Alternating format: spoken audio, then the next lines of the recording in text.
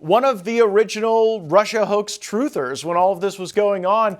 Congressman, what is your reaction to these recent drops from DNI Gabbard and the corresponding response from Directors Brennan and Clapper? Well, first of all, Matt, you were also there, and you were right there at the beginning as well. So I tip my hat to you because you know as much about this as anybody. But here's the deal. You and I and several others, we knew from the beginning, from just studying and looking at this stuff, we understood pretty clearly that this went all the way up to the very top. And we knew that the Steele dossier was bogus as can be. So I guess my reaction is when Tulsi Gabbard started releasing the documents to demonstrate very clearly the conspiracy that was there in the Obama administration to, in my opinion, actually subvert the will of the American people and do at least what we might call a soft coup to prevent President Trump from accomplishing his mandate from the American people and his agenda, and basically trying to immobilize him. I was grateful to Tulsi as more than I can imagine. And I will also tell you this.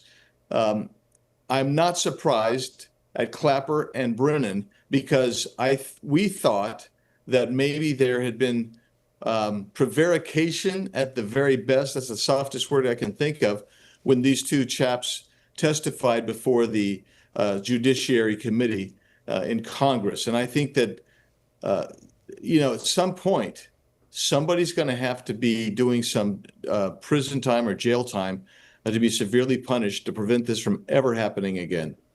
You were in the room when I was questioning Brennan. You were there participating in the deposition of Clapper as well. But those questions were asked behind closed doors.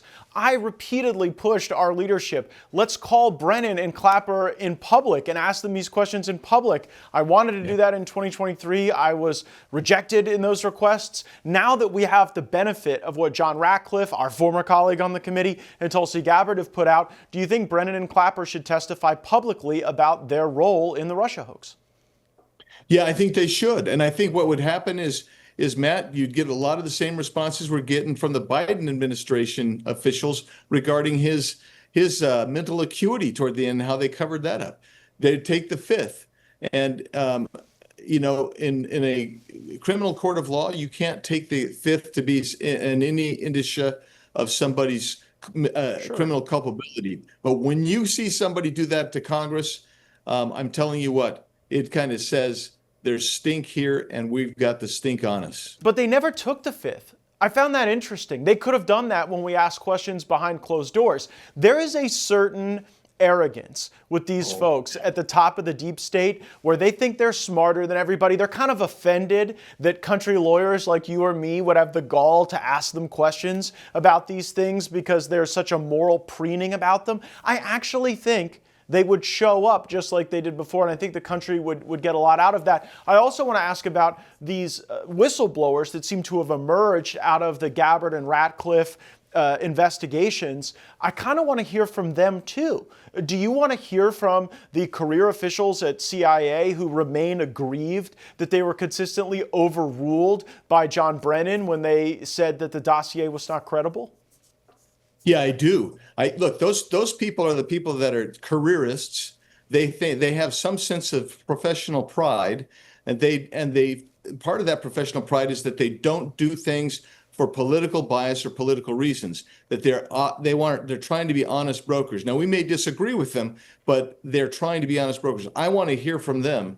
And by the way, when you talk about arrogance, don't forget to always mention Peter Strzok and James Comey, two of the most. And Andy McCabe. I mean, when we did those interviews, and I'm telling you, Matt, did you not say there's nobody perhaps more arrogant on the planet? But then we kept seeing more people at the top of the intelligence community that were just smarmy and egotistical and arrogant.